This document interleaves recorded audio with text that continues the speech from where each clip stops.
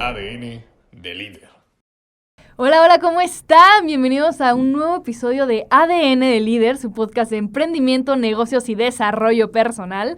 Yo soy Mariana Fuello y estoy muy emocionada por este nuevo capítulo que ahorita les vamos a ir contando más o menos cómo esto se va a ir desarrollando, pero le paso la palabra a Rodrigo. ¿Cómo estás, Fuellito? Yo muy bien, gracias. El día de hoy tenemos un episodio muy especial. El día de hoy vamos a compartir, no solo estamos con Genera, sino que el día de hoy estamos con Alfa, que es el programa de liderazgo de ciencias de la salud. Y hablando, y ahorita que nos cuenten un poquito más sobre esto y todo lo que abarca, vamos con Camila. Camila, ¿cómo estás? Hola, ¿cómo están? Muy contenta de que estamos aquí con ustedes, Fuellito, Ro, todo el equipo. Pues yo me presento, soy Camila González Santillana, soy presidenta del complejo de QRS de Alfa. Y bueno, ¿qué es Alfa? Alfa es el programa de liderazgo de ciencias de la salud. Alfa tiene el propósito no solo de generar personas con perspectiva en la parte de respetar la dignidad de la persona como centro cuando tratas a un paciente, sino además de generar liderazgo, que no solo seamos médicos competentes, pero también líderes en nuestras áreas. ¿Y ahora? Hola a todos, me da muchísima emoción estar aquí. Soy Ana Sofía Romero, soy la vicepresidenta del complejo de Alfa QRS y pues justo que esta sea la primera de muchas colaboraciones. Estamos muy emocionadas de venir por aquí por primera vez y justo como dice mi presidenta Camila, se trata justo de darle mejores oportunidades a los médicos para pues justo que tengan una mejor vida laboral. Y con esto pues nos emociona muchísimo el tema de hoy, que va de la importancia del liderazgo en la vida del médico y en la carrera de medicina. Y pues nuestro súper invitado especial el día de hoy es el doctor Bueno. Su semblanza está increíble, les prometo, traemos al mejor perfil de todos. Es el coordinador de curso propedéutico internado y servicio social en la Universidad Anáhuac y es miembro del comité académico. Lleva más de 30 años de experiencia de docente en licenciatura y posgrado en diversas instituciones educativas, además de que es el primer editor y administrador de la Revista Internacional Médica y Ética y neurólogo en el Hospital de la Especialidad del Centro Médico Nacional Siglo XXI, jefe de clínica de epilepsia, profesor adjunto en el curso de especialización en neurología y miembro del Comité Técnico de Enseñanza e Investigación. Y muchísimas cosas más que si me sigo solo no voy a terminar. Entonces, bienvenido, doctor. Muchas gracias por acompañarnos. Hola, gracias. Muchas gracias. Bueno, pues como sabemos, el día de hoy este episodio se titula La importancia del liderazgo en la vida del médico y en la carrera de medicina. Entonces, pues cuéntenos un poquito ustedes que están, ya nos contaron un poquito cómo es Alfa, qué es lo que abarca y todo, y les recordamos así como Genera, a todos nuestros oyentes y a todos los que nos están viendo y escuchando, saben que ADN de Líder es de parte de Genera, que es el programa de liderazgo de negocios de la Anáhuac. Y bueno, el día de hoy compartimos con Alfa, que justo es el programa, pero de ciencias de la salud. Al fin y al cabo siguen siendo un grupo de liderazgo de la Anáhuac y bueno, el día de hoy estamos justamente haciendo esta colaboración juntos. Pero como bien dice el título, yo les pregunto a ustedes dos, Camila y Ana Sof, que ¿cómo es la vida de medicina, primero que nada? O sea, hay muchas personas que no, a lo mejor están escuchando este episodio, están diciendo, ok, voy a entrar a la universidad, a lo mejor estoy pensando en cambiarme a medicina, tal vez estoy pensando en estudiar esto o así, etcétera. ¿Cómo es en sí? Digo, resumido un poco, porque no me quiero comer todo el episodio, pero en sí, ¿qué es en sí la vida en medicina? Cuéntenos un poquito. Bueno, creo que la vida en medicina es apasionante, es mucho sacrificio, mucho compromiso, son muchas ganas de, pues no solo de tener la curiosidad innata de, pues, qué está pasando con nuestro cuerpo, sino tener este sentido de poner a alguien más que es tu paciente antes de ti, tener absolutamente la claridad de que quieres dedicar tu vida a otros. Y de ahí parte mucho que Alfa nazca, que es, pues ya de por sí somos personas que estamos tratando de dar el 110, ¿no? Hay que hacerlo, además de una forma en la que podamos inspirar a otros a hacer lo mismo. Claro, y además es una experiencia muy bonita, muy retadora, claro, pero al final creo que te terminas llevando cosas muy bonitas y como te sumerges tanto en el ámbito, tanto en quedarte estudiando, en formarte cada vez para ser mejor doctor, tus mismos compañeros se van volviendo parte de tu familia. O sea, verdaderamente terminas con tu núcleo y tu carrera es prácticamente pues por donde te mueves y verdaderamente formas las experiencias más bonitas del mundo. Me encantó. Doctor, Sí. bueno, ¿tú cómo describirías la vida en medicina? Es un viaje en una, no digamos una rueda de la fortuna, sino una montaña rusa. Claro. ¿No? Es una vida apasionante, como bien lo comentan, por supuesto que difícil, pero no lo es tanto si la vocación te escoge, ¿sabes? Así es. Porque podríamos decir, bueno, es que uno escogió medicina, pero yo no estoy tan seguro de que la medicina sea la que lo escoge a uno, esa es la realidad. Muchos entran a la carrera quizás para intentar inconscientemente solucionar algún problema que hayan vivido, alguna experiencia, una mala experiencia, ¿no? Algunos entran quizás, sí, por supuesto, para entender la maravilla que es el cuerpo humano. Yo soy neurólogo, por ejemplo, hay más de 100,000 neuronas en el cerebro y cada una de ellas puede conectarse con tal cantidad de neuronas que ya se hizo el cálculo matemático y el número de sinapsis, es decir, el número de uniones entre posibles combinaciones entre neuronas, rebasa el número de estrellas que hay en el universo. Wow. Eso es lo que tenemos metido en la cabeza. Ujú. Algunos tienen metidas otras cosas. Claro. Pero, claro, eso maravilla. Pero también es cierto que a veces muchos estudiantes entran, pues, tal vez por el glamour que se vende en Grey's Anatomy y en estos programas. Y te das cuenta de que la realidad es otra. Bastante. Pero la posibilidad de trascender positivamente en la vida de otros es maravillosa. En todos los ámbitos, no nada más en cirugía cardiovascular. No, hay muchos ámbitos de la medicina que son sumamente relevantes. ¿Cómo descubriste que la medicina era tu vocación? Y ya que descubriste que era la medicina, ¿cómo supiste que querías Neurología. Mira, yo supe que quería ser médico como en quinto, sexto de primaria. Ujú. Mi historia es un poco especial, como lo es la de muchas personas. Yo tengo un hermano con epilepsia y con retraso mental. Y me tocó llevarlo yo cargado de niño a un hospital cercano de casa. Mi mamá tenía un problema de artritis de tal magnitud que cuando tenía una crisis, pues no podía cargar a mi hermano. Y a unas cuantas calles había una clínica, y entonces yo de niño tenía que cargar a mi hermano convulsionando, llevándolo allá. En ese entonces no lo hice consciente, esto fue muchísimo tiempo después, incluso habiendo acabado la especialidad. Pero definitivamente eso fue lo que me marcó. Definitivamente eso fue lo que me marcó. Y yo nunca tuve duda de querer ser médico ni de querer ser neurólogo. Y es algo muy importante en cuestión de alguien que estudia medicina, es que desde que te pones la bata, es más, desde que dices que quieres estudiar medicina, te conviertes en el médico de tu familia. Eso a uno le puede resultar Sí, curioso, ¿no? Te puede alimentar el ego y te estás poniendo el estetoscopio antes de que se te quite el último barro de acné que tienes en la nariz, ¿no? Así es. Pero eso es cierto, y cuando te ponen tu bata blanca acá, o cuando te ven con el uniforme blanco, ya te dicen, oye, mijita, fíjate que me duele la espalda. Mamá, acabo de llegar de dar de alta mis primeras materias, ¿no? Y uno no lo hace consciente, pero ahí comienza ya tu responsabilidad. Ahí comienza ya tu responsabilidad, porque a los ojos de los demás tú eres alguien a quien pueden consultar. Y eres alguien que en teoría, o sea, se te da la carga enorme de ser ejemplo para los demás. ¿Y cómo sientes esa carga? ¿Alguna vez la sentiste como una presión o nada más es como un honor de que las personas confíen en ti?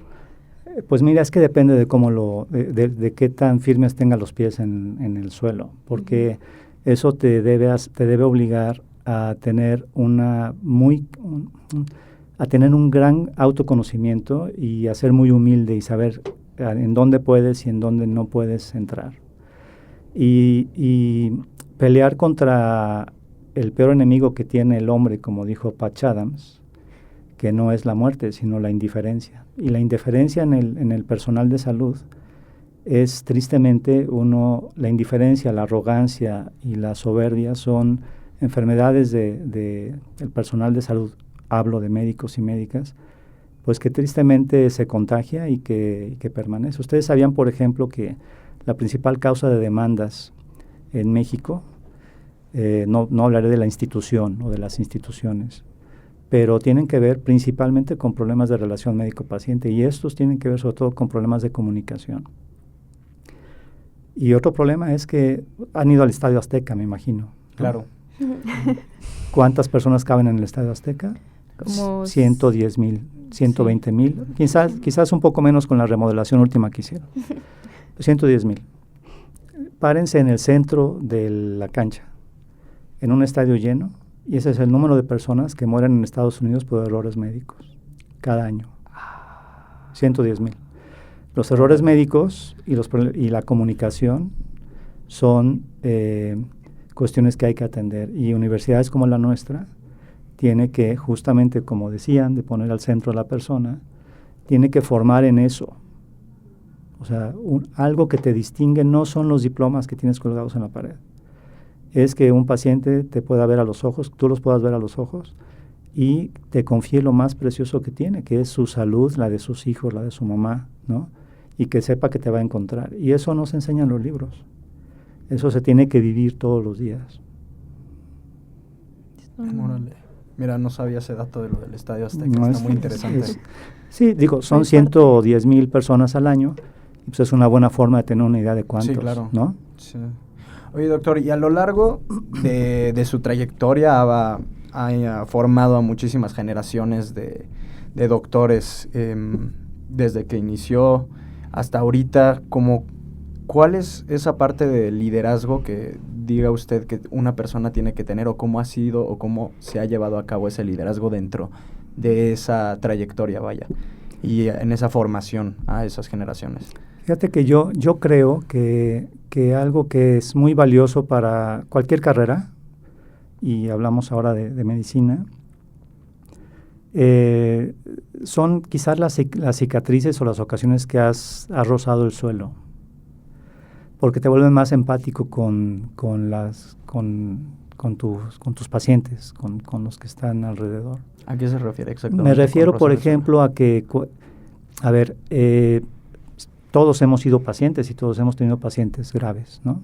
Claro. Entonces, cuando tú como médico tienes que dormir en el suelo de un hospital público porque tu hermano está hospitalizado y ves desde el otro balcón, desde el balcón de enfrente, la manera en que tratamos a los pacientes, la manera en que no les acercamos una cobija cuando están las ventanas abiertas, y es el 12 de enero, en donde está entrando la lluvia y se moja el familiar y el paciente que está en coma y entonces no puede taparse. Esas cosas parecen increíbles, pero ocurren todos los días.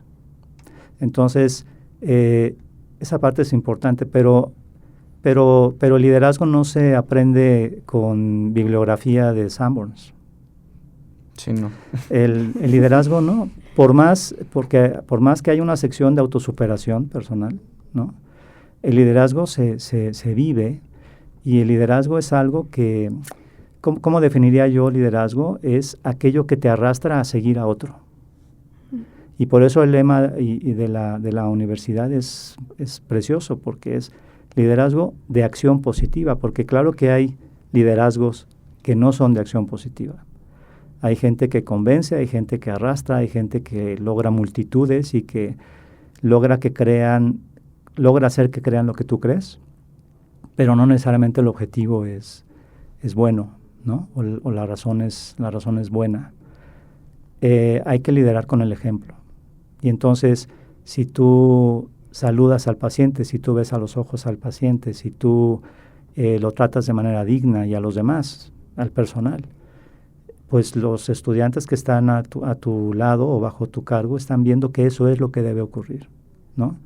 En alguna ocasión un amigo en Aguascalientes, porque a mí me importaron de allá, pero un amigo en Aguascalientes, a manera de burla, pero no tanto, bueno, a manera de juego, pero no tanto, me decía, ay, te vi en el supermercado, mira, le abriste la puerta a tu hija. Le digo, es que yo esperaría que mi hija pensara que eso es lo normal, que no permitiera menos de su pareja, ¿no? Claro. Entonces, no puedes ejercer liderazgo en la pantalla y luego ser un patán afuera. Exacto. Tienes que vivir los valores. Y creo que esa es la característica más grande de un buen doctor, el que tiene tacto y el que se acerca pues justo con el corazón al paciente y lo ve como un todo, como una persona y no solo como una lista de síntomas y enfermedades. Sí, fíjate que tienes que ver a la persona, ¿no? En Sudáfrica hay una tribu que tiene para saludarse una palabra, no recuerdo exactamente cuál es, entonces no lo voy a decir, porque además no sé Zulu, ¿verdad? Pero la palabra cuando se traduce al español significa te veo. Ahí no existe el hola, ahí dice como te saludas es te veo. Y la respuesta de quien recibe ese saludo es existo. O sea, yo existo cuando tú me ves con mis defectos, cuando tú me aceptas como soy, cuando tú me entiendes, cuando tú me incorporas a tu tribu. ¿Cuántas veces incorporamos a nuestra tribu? ¿Cuántas veces realmente vemos cómo es al paciente? Tuve un caso hace muchos años cuando empezaba yo como neurólogo, en donde una paciente, después de que yo me paré a revisarla, en un hospital del IMSS tienes 36 pacientes para ver en 6 horas. Aún así te tienes que dar tu tiempo para escucharle, para palparla, para entender un poco lo que le pasa, etcétera. Y cuando estaba yo haciendo la nota, vi que desesperadamente estaba buscando algo en su bolsa y era un Kleenex y empezó a limpiarse las lágrimas, ¿no? Y era una paciente con dolor de cabeza desde hacía 4 años. No se le quitaba en 4 años. Órale. Y le digo, señora, ¿le duele mucho? Y dice, no, doctor, es que en 2 años que tengo en esta consulta es la primera vez que me revisan. No. ¿Tú lo puedes creer? Estaba llorando de la emoción. Entonces, esas son las cosas, insisto, que no se enseñan en un libro que se llama Harrison. Y esas son las cosas que tendríamos que transmitir a las generaciones. Yo tuve maestros que me llevaban la mano y me enseñaban a cómo palpar un abdomen. Ahora todo lo resuelves con una pantalla. Entonces, curiosamente, queremos estudiar medicina para ver pacientes y son los últimos a los que vemos habitualmente. Ahora el paciente existe en Google, existe en la inteligencia artificial, existe en un expediente electrónico y no lo palpas, y no lo exploras, y no le preguntas, ¿no? Hay un médico indio que ya está naturalizado estadounidense, que se llama Abraham Verghese. Abraham Verghese tiene, si no lo conocen, además es escritor, pero es un clínico fabuloso. Y él tiene algunas charlas en TED, y en una de ellas, que se llama Doctor's Touch, dice, es que en la medicina actual puede llegar una persona amputada, sin una pierna, y no le creen hasta que le hacen una resonancia. ¿Cómo creen? Es decir, a lo que se está refiriendo es que ahora todo es tecnología, el que menos importa es el paciente. Entonces, si se quiere ejercer un liderazgo en medicina, se tiene que regresar a las bases. Doctor, yo sí tengo una pregunta ahí ahorita que justamente saca esto a tema. ¿Hasta dónde un médico puede tener la palabra en sí o tener esa capacidad de poder ayudar a esos pacientes que no? Porque a lo mejor digamos que está lleno de citas, no sé, bueno, yo que no soy médico, yo no tengo ni idea ni nada, yo le estoy diciendo así nada más por lo que lo que yo veo y lo que yo pienso, yo desde mi punto de vista, desde afuera, hasta dónde una persona que trabaja dentro del hospital puede tener esa capacidad de decir, yo veo a esto, como por ejemplo, ese ejemplo de la señora que estaba llorando, veo a esta persona, veo qué es lo que quiere, no la tienen hace 2 años y la voy a ayudar. Sí podría, o a lo mejor dice, sí es verdad eso que dice, no, es que la verdad es que te está lleno, no se puede, es que así como tú hay más personas, está todo lleno, en sí no se puede, no podría ayudarte hasta tal fecha. O de plano, si sí puedes, si tienes esa capacidad de poder hacerlo. Te voy a responder con una anécdota. Sí. Bueno, un poquito antes de la anécdota, yo fui director de un hospital en Aguascalientes y mi personal se decía que no podía trabajar, que no podía atender bien a los pacientes porque faltaban recursos. Era un hospital de la Secretaría de Salud, un hospital público. El principal recurso eres tú. Y si tienes 15 minutos para atender a un paciente, son sus 15 minutos. En algún momento en este hospital que les comento, el primero en el que yo trabajé después de terminar la especialidad, fue aquí en la Ciudad de México, en Aragón, el Hospital General del IMSS en Aragón. Literalmente cuando yo llegué, el médico neurólogo que estaba, yo llegué a suplirlo porque tenía 6 meses que lo habían suspendido por una serie de demandas. Si la respuesta de la paciente que les comenté fue esta, imagínense cómo trataba a los pacientes. Sí, claro. Pero llegué con toda la consulta rezagada. Y entonces tenía que ver un montón de pacientes, además ver a los de urgencias. Era el único neurólogo. Ver a los hospitalizados, ver las interconsultas, es decir, cuando te llaman de otros servicios para ver pacientes y ver tu consulta. En una ocasión estaba ya a punto de salir y tocaron la puerta insistentemente. Y era un señor ya de edad avanzada y una muchacha, una jovencita como de 17 años, no, de 14 años, ahorita les voy a decir por qué.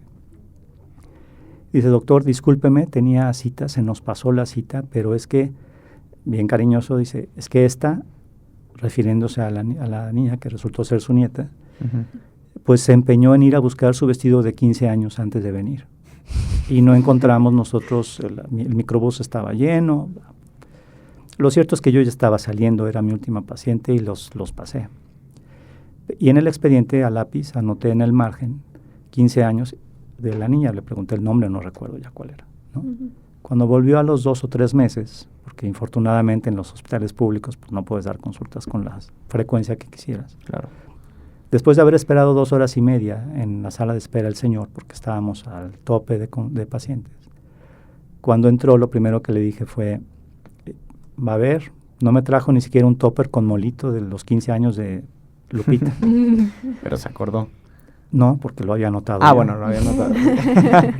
Pero para él, en ese momento, se borraron las 2 horas y media y para él, en ese momento, fue mi único paciente del día. O sea, tú puedes hacer sentir al paciente lo más importante si tienes un genuino interés por ayudar y por entenderle.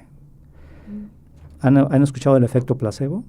Claro. Sí. Bueno, pues se dice que por lo menos el 30% de las personas van a mejorar si creen que lo que le estás dando tiene alguna función, alguna propiedad farmacológica y demás. Tu trato con el paciente es placebo. Sí. Entonces, si tú lo escuchas, si tú le dedicas, si tú le pones una mano en el hombro, si tú muestras interés, puede ser que te equivoques 20 veces. Y todavía el paciente generosamente va a llegar contigo para no hacerte sentir mal y te va a decir, bueno, doctor, sí se me ha quitado un poquito el dolor de cabeza. Me ha pasado muchísimo, muchísimo. Sí, es que también el poder de la mente Igual y no es cierto, impresionante. pero igual y no es cierto. Ajá, Pero te está dando la oportunidad. ¿Por qué? Porque le estás dando la confianza y él sabe, o ella sabe, o sea, siente que estás interesado en ella. Porque puede ser que haya un médico con 35 diplomas en la pared, que no te fijes siquiera que el que está a la izquierda es el primer premio de dibujo en 5º de primaria. Pero hay gente con un ego tan grande que llena las paredes de diplomas. Y aunque acierte a la primera, puede ser que salgas de ahí y digas, no quiero regresar con este tipo. Porque no me vio, porque me hizo esperar 3 horas, porque me ninguneó, porque así hay, tristemente, como en todas las actividades de la vida, hay gente que hace valer la serpiente del símbolo de medicina. No por cuestiones curativas, sino por el trato que da al paciente. No lo había pensado de esa manera, Qué pero fuerte. sí, es muy cierto. Digo, a mí me ha pasado 1000 veces que voy con tal doctor, tómate esta medicina y tal, pero, o sea, digo, si me revisa, tal, me dedica el tiempo y todo, regreso no sé, al mes que tengo la otra cita con él y oye, ¿se te ha quitado el dolor? Y aunque no, yo le digo, pues un poquito, sí, se me ha Ahí quitado, vamos, sí, ahí ahí, ya casi, ya A lo casi. mejor hay que Pero es porque tratar. te trata bien, Sí. ¿no? ¿Y cuántas mamás que,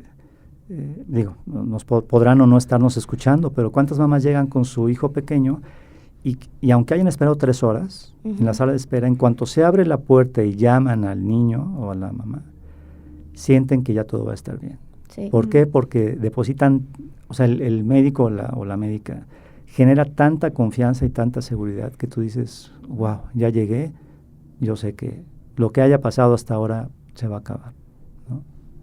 Sí, por algo esperaron las 3 horas. Por algo esperaron Por las algo. 3 Que horas. sí es muy importante este tema que comenta usted como de la apatía dentro de los hospitales, que creo que sí empieza, así como los valores se desarrollan en casa, creo que esta parte de superar la apatía y ver al paciente como persona es algo que te da la universidad. O sea, hay muchas universidades que quizás lo dan, pero creo que la Anáhuac sí se destaca por un sentido muy personalista hacia los pacientes. Por ejemplo, yo hoy en pase de visita, pues había una paciente que tenía mucho dolor, tenía un cáncer y pues o sea, sí, a veces como médico no se puede hacer mucho como estudiante, ¿no? Además de preguntarle cuántos focos hay en su casa, muy poco puedes hacer y solo le di la mano. Y le di la mano y le hice un poco de cariño, le dije cómo se siente, cómo está, su familiar, etcétera. Y me agradeció eso.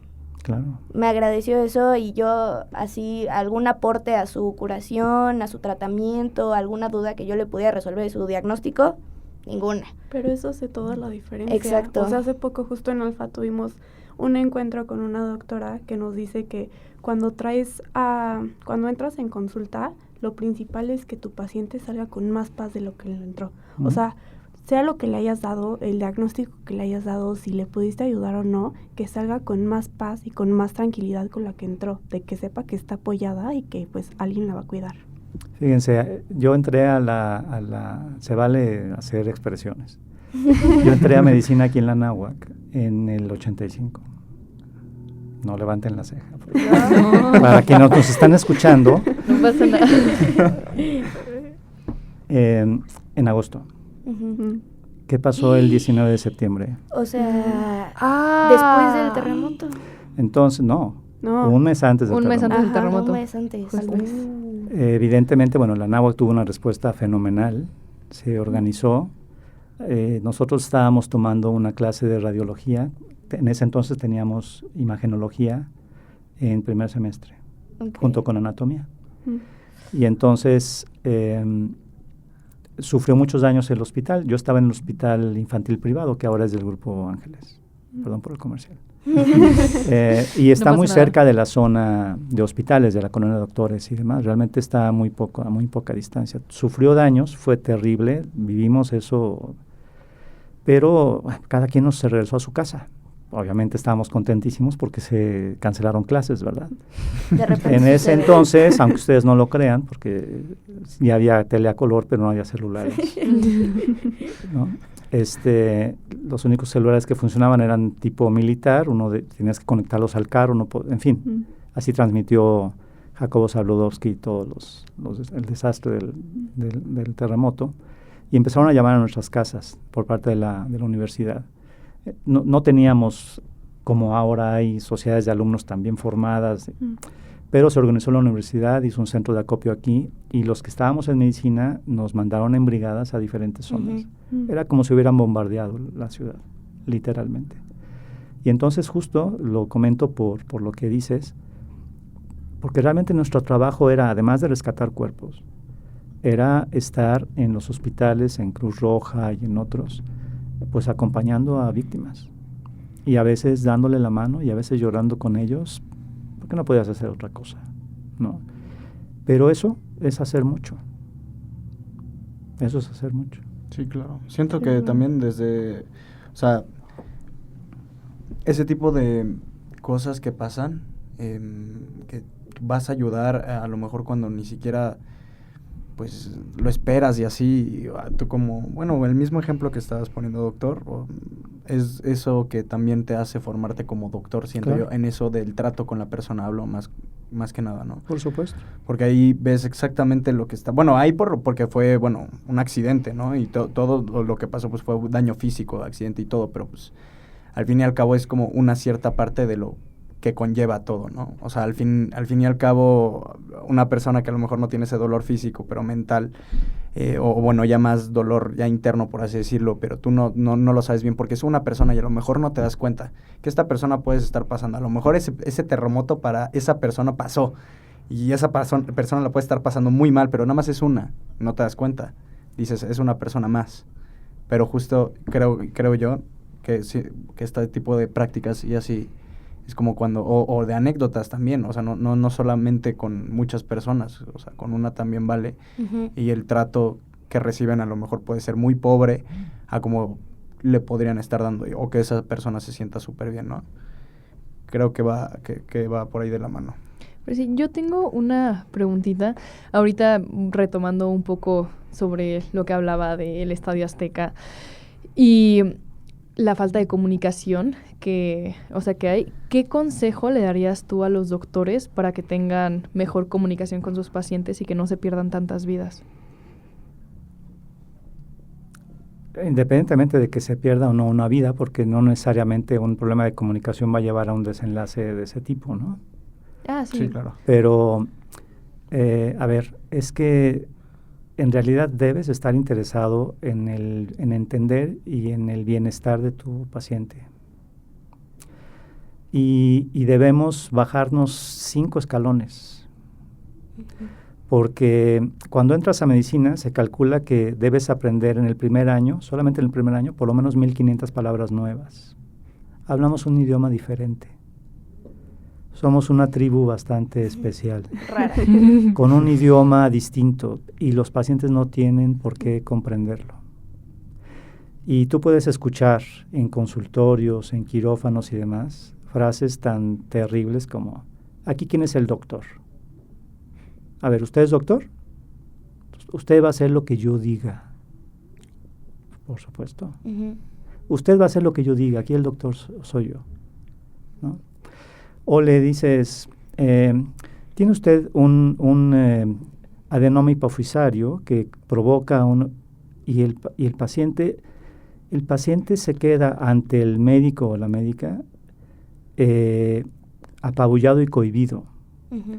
Y es muy difícil que el paciente te diga, ¿me puede hablar en español? Puede hablar de manera que yo le entienda. Y entonces muchas veces el paciente se va muchísimo más confundido y pareciera que nosotros, mientras más palabras difíciles e incomprensibles decimos, mejores médicos somos.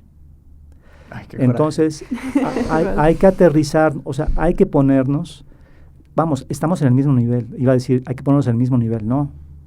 O sea, Ya estamos. hay que adecuarnos, hay que adaptarnos, hay que hacer todo para que el paciente comprenda y tenga la información completa, no sesgada, viendo por él, no por uno, ¿no? Esa yo creo que es la clave. ¿Qué nos motiva a ser médicos o médicas? Cada quien tendrá sus razones, pero el destino final de nuestra práctica es un paciente, muchos pacientes. Yo hago a veces cuando entran los alumnos aquí imagínense lo que es para mí ser egresado de la Anáhuac y ser el primer egresado que dirige la facultad. O sea, no pude haber pedido un mejor regalo. Pero el compromiso es enorme porque cuando estás allá afuera, hay muchos médicos o médicas que dicen, qué bárbaro, qué mal están las escuelas, los muchachos cada vez están peor preparados. Bueno, pues ahora yo estoy en un lugar en que puedo corregir eso. Claro. ¿Cierto? Claro. ¿No? Entonces, la responsabilidad que tú tienes en los hombros es enorme. Es enorme. Y tienes que estar consciente en todo momento que lo que dices y lo que no dices, que lo que haces y dejas de hacer, manda mensajes a todos lados. Y tus docentes, tu equipo, tus compañeros, tus estudiantes te ven. Y tristemente hay este efecto como de que te mimetizas con el otro. Y entonces si tú tratas mal a un paciente, pues seguramente quienes te acompañan, algunos de ellos van a empezar a tratarlo mal porque piensan que eso es lo normal. Y si admiran al doctor porque trae un Porsche, y todavía peor, porque centramos nuestra atención en valores que no lo son y olvidamos a quien es el destino de nuestro ejercicio. Y les decía, a veces cuando entran los estudiantes, les menciono, a ver, vamos a hacer un ejercicio. ¿Cuántos años de práctica profesional creen que van a tener? Si entran a una institución de salud pública, se van a jubilar después de 30 años de servicio, ¿verdad? Piensen que cada día tienen 20, 23 pacientes citados y que ven pacientes de lunes a viernes. Multiplíquelo por 30. Claro, quítenle las vacaciones, lo que ustedes digan. Vean la cantidad de personas a las que tocaron. Solamente en el ejercicio público. y les digo, cuéntense ustedes son 300, son 290, dependiendo de la generación. Multipliquen 290 por ese número que resulta, y luego multiplíquenlo por los 4 o 5 que viven en la casa de esa persona, que es la familia. La náhuac, con una sola generación, está proyectando a futuro la atención de miles y miles y miles de personas, con un solo alumno. Claro. Ese es tu compromiso. Entonces, mi tarea no es, y el objetivo de estas jóvenes y de su generación y de los estudiantes de medicina, no debe ser aprobar con 9 o aprobar con 10. El objetivo nuestro, el verdadero resultado de nuestro trabajo en la facultad, en la universidad, se va a ver, claro, en ellas y en ellos, pero en las personas a las que ellas toquen, a las que transformen. Son sus pacientes los que van a hacer válida la promesa a la universidad. Y eso es súper potente. Sí. Claro. Sí. Pues bueno, doctor, después de tan... No, qué sentimental se puso esto. Sí, Qué responsabilidad, no lo había visto de esa manera, pero sí, es totalmente cierto. Bueno, un poquito para también darles un consejo a nuestros oyentes que estudian medicina, que están en todas estas carreras en las que, bueno, todo que abarque el ámbito de medicina. ¿Qué consejos le podría dar a todos esos estudiantes para llegar a puestos altos en el ámbito de medicina y que puedan pues llegar a esos, a esas posiciones en las que ellos esperan estar? Bueno, obviamente tomando en cuenta sobre todo esta humildad, ¿no?, de la que estábamos hablando, sin tener la pared llena de reconocimientos y títulos. La fórmula es al revés. O sea, tienes que trabajar en ti y entender que tu vocación es una vocación de servicio.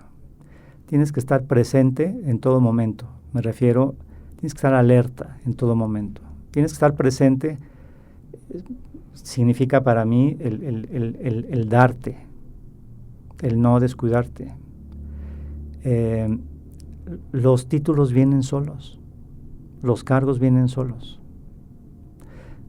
O sea, puede ser que te llegue el cargo por dedazo, porque eres conocido pero luego el trabajo es mantenerte ahí. Entonces, si el objetivo es lograr ser director de una gran cadena hospitalaria, estás cerrando el objetivo. El objetivo tiene que ser cada vez mejor persona y entender que la vocación que nos escogió es una vocación de dar, de servicio. Y para dar tienes que dar lo mejor. Y como lo que das eres tú, entonces tienes que darte al máximo y prepararte al máximo. Porque si tu objetivo es ser a tal edad director o coordinador médico de tal, olvídalo. Los cargos tienen que perseguirte. Cada contacto con una persona es una entrega de currículum.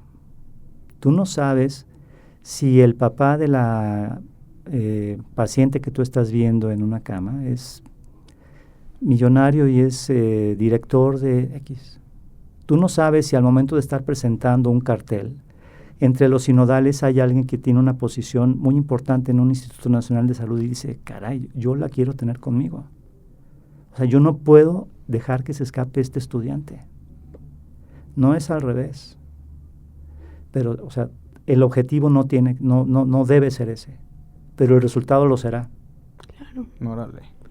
Sí, y Así qué que bonito eso que nos comparte, doctor. O sea, creo que justo en esto que menciona de cerrarse a oportunidades por tener solo una meta en clara y no abrirse a todas las posibilidades, es algo que luego suele pasar en el alumnado, que justo regresando a lo que platicábamos en el inicio, a la presión que se siente tal vez de los familiares de que en primer semestre ya te están preguntando qué tomarte, creo que algo muy acompañado que te pasa cuando empiezas a estudiar medicina es en qué te vas a especializar.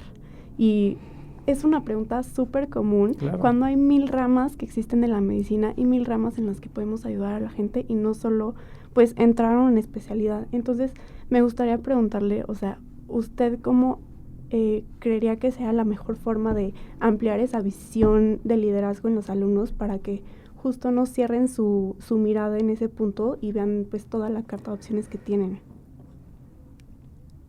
Debes, no debes, no soy quien para decir qué debes y no debes hacer, pero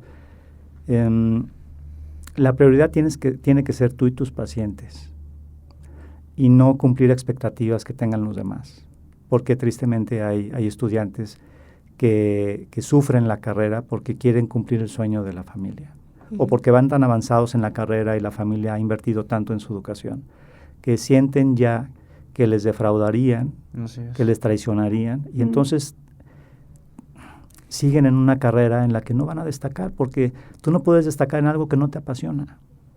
O sea, perdón, pero si esta no es tu pasión, si no te despiertas todos los días queriendo ser el mejor o la mejor médico o médica, si estás renegando todo el tiempo porque tuviste una mala clase, porque tienes un mal docente y dejas de observar lo que tú puedes hacer para ser mejor, tal vez esta no sea tu carrera y es válido, se vale, ¿no? Entonces, no trabajar, no actuar para cumplir expectativas de los demás, porque efectivamente la presión social en estas carreras es enorme. Es como cuando tú empiezas de novio o de novia con alguien. No cumples 3 meses cuando ya te están diciendo cuándo te casas. Y no acabas de regresar, vamos, ni siquiera te has ido al viaje de bodas y ya te dicen cuándo va a venir el primer hijo. Y cuando nace el primero te dicen cuándo va a venir el segundo. Y uno actúa muchas veces, cuando no tienes la certeza de lo que quieres y cómo lo quieres, actúas para cumplir expectativas de los demás. Y esto no funciona, porque no puedes traicionarte tú. Tú eres la persona en la que tienes que cumplir y también tienes que buscarte tu espacio de lo que te gusta.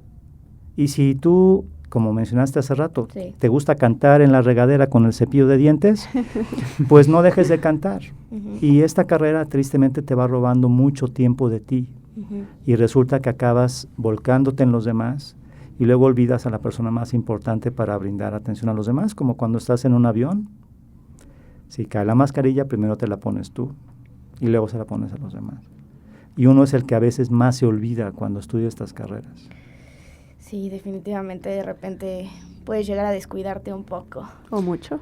Mucho, pero a mí la verdad, pues retomando un poco lo que hemos hablado durante todo el programa, o sea, creo que Ro comentó algo muy interesante, que era como un poco de la salud mental también, y hablando como de la apatía, etcétera, creo que una pregunta que yo tenía mucha emoción de hacerle es, ¿usted cree que es fundamental que desarrollemos el liderazgo para ser buenos médicos? O sea, tenemos todos estos programas y no solo medicina, tenemos Genera, Vértice, etcétera, etcétera. O sea, son grandes cosas que nos da la NAWAC y yo quiero como que mis compañeros que estudian medicina escuchen su opinión respecto a si necesitamos o no el liderazgo para ser los médicos que queremos ser. O aprovechar todos estos programas, ¿no? Exacto. Claro. Sí, también. Mira, yo creo que hay muchos jóvenes que realmente desaprovechan lo que la universidad les da. Y es que puede ser que lo repitamos tanto, quienes estamos en algún cargo directivo y demás, que ya se deja de escuchar. Y pareciera que es más un mensaje mercadológico para asegurar las inscripciones y para aumentar la matrícula, cuando en realidad no es así. Un médico, una médica no está hecho nada más de aprenderte de memoria fórmulas o saber dar reanimación cardiopulmonar. Hay muchísimo detrás. Hay muchísimo.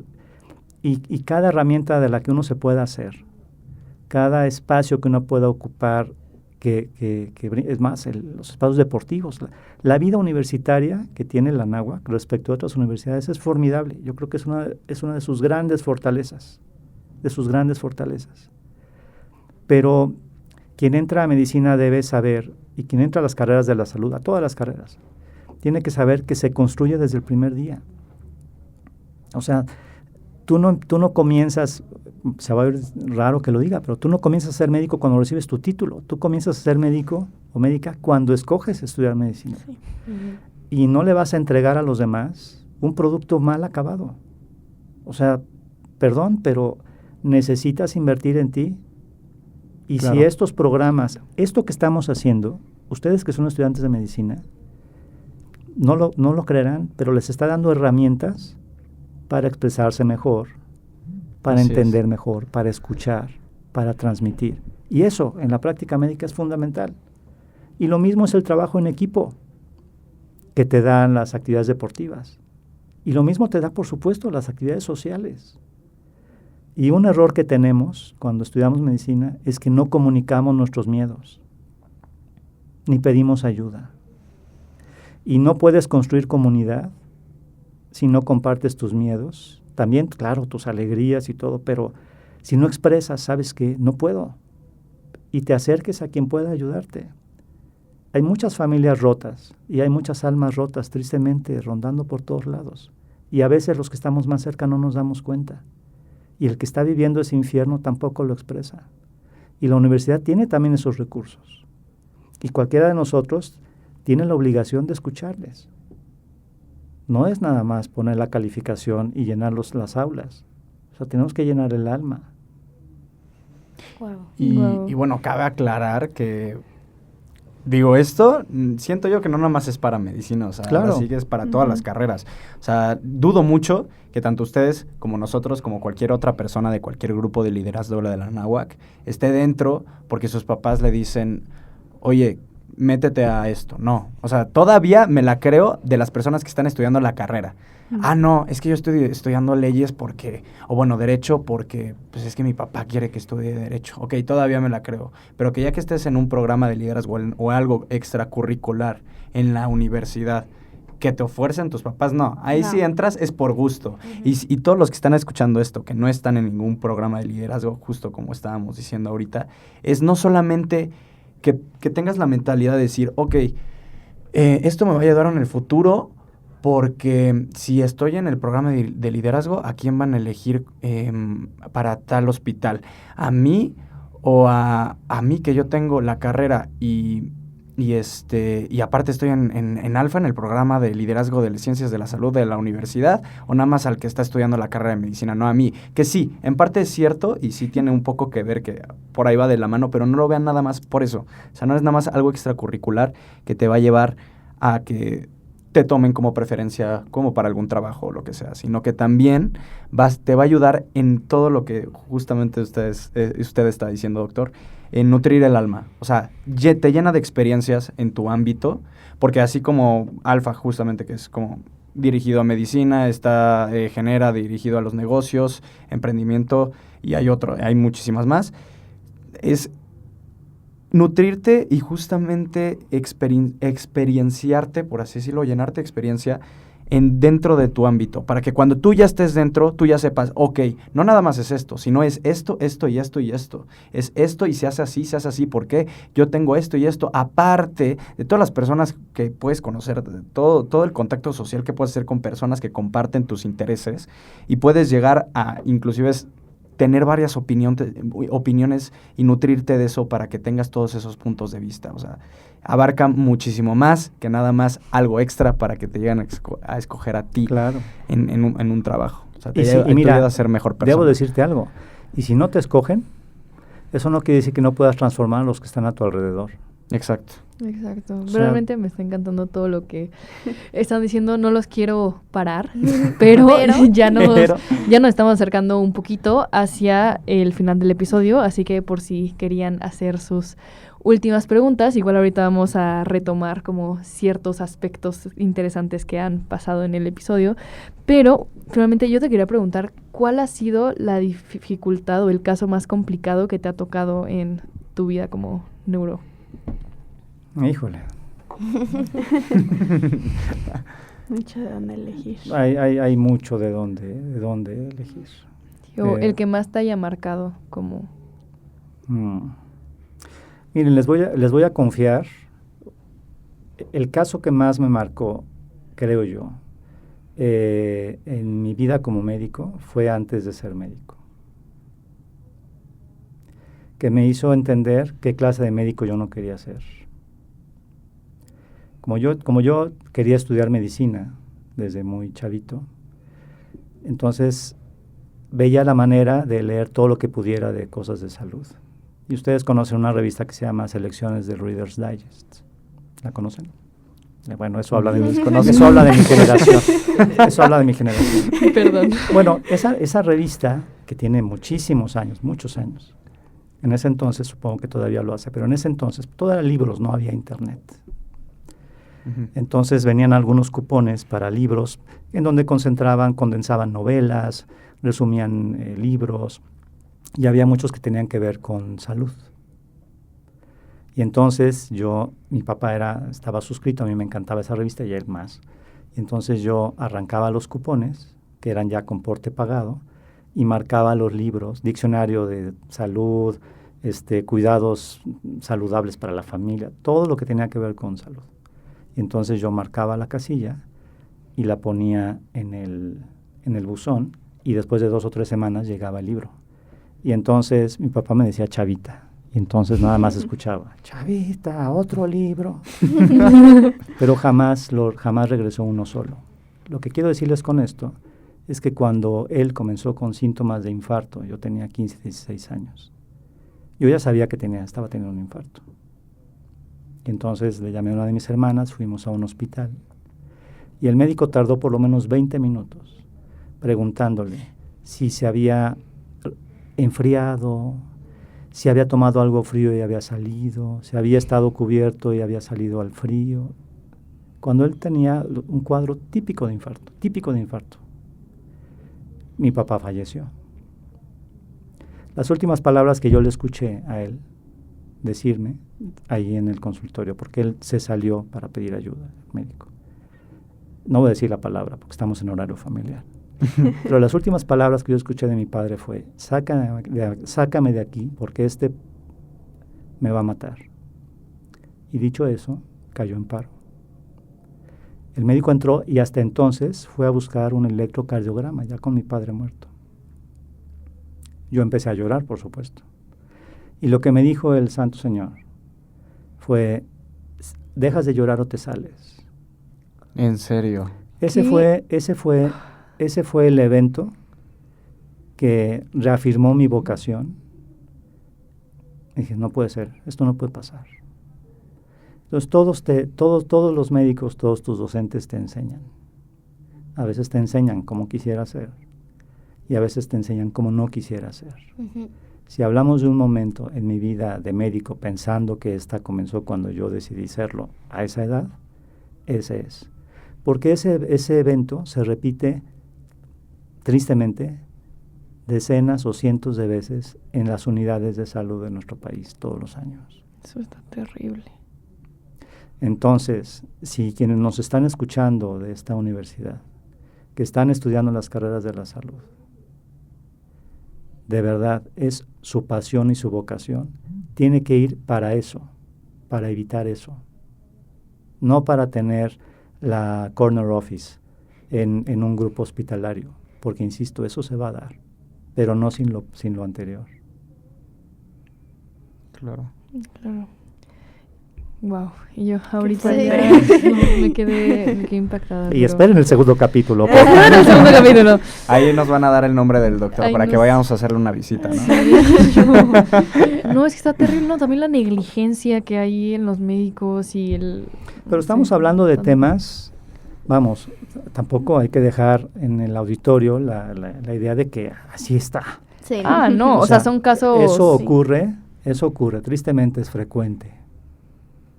Pero lo cierto es que hay historias fenomenales de dedicación completa, de acompañamiento claro, ¿no? Y de un verdadero ejercicio de un liderazgo expresado a través de la atención digna de las personas. Entonces, porque digo, estamos cayendo en este tipo de situaciones, quizás viendo desde qué es lo negativo que tenemos que atacar como líderes en salud. Pero también hay que reconocer todo lo que se hace. Los avances en medicina son brutales. Y el simple hecho de que en los años 50 las personas no esperaban vivir más allá de los 50 o 60 años.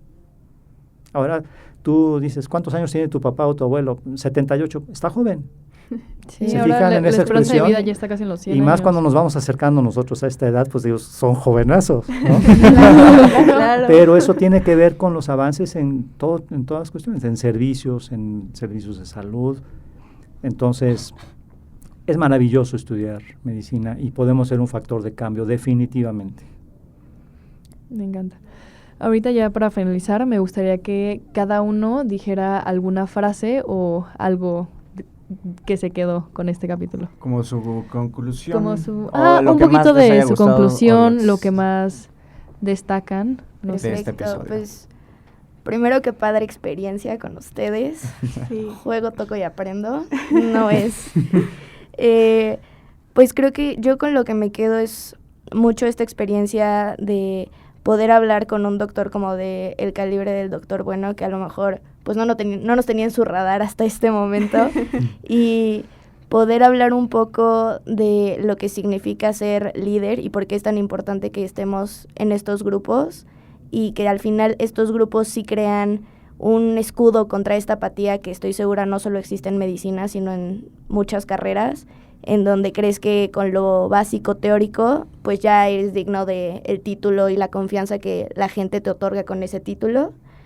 Y creo que justamente este tipo de experiencias y este tipo de relaciones que formas en los programas de liderazgo te permiten decir, pues es que yo quiero ser más que eso. O sea, yo no solo quiero tener el conocimiento, sino quiero poder otorgar esa paz, ¿no? Con eso me quedo de este capítulo. Sí, qué bonito. Digo, también ver esta increíble experiencia, jamás había estado en todo este tema del radio, muy padre la colaboración, pero creo que tocamos temas muy profundos hoy, o sea, me estoy llevando muchas cosas conmigo y muchísimo de dónde elegir para dar una conclusión, pero creo que justo estos programas, estas oportunidades nos empapan pues de tanta información y pues de tantas oportunidades para crecer como personas y justo llevarnos eso, para ser excelentes médicos primero hay que ser excelentes personas.